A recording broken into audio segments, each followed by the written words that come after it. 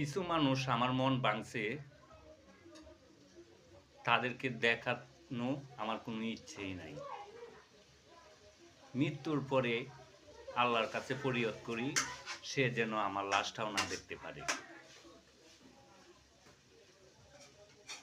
যাকে এত মন প্রাণ দিয়ে ভালোবাসলাম, সেই আমার মনটাকে ভেঙে দিয়েছে।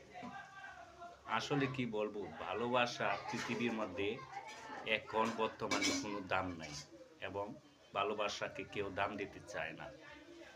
ভালোবাসা এমন একটা জিনিস,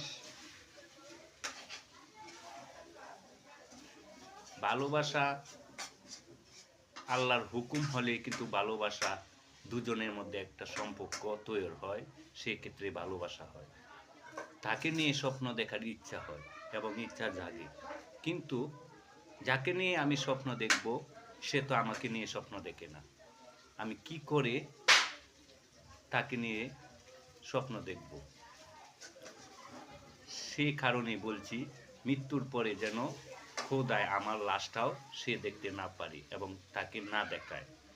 সুখে থাকো, শান্তিতে থাকো, এই কামনাই করি তোমার জন্য। তুমি শুধু আমার কথা চলতে ফিরতে মনে রেখো এবং আমার স্মৃতিগুলি তোমার ভালোবাসা হিসাবে বুকে জড়িয়ে রেখো। আল্লাহ হাফেজ।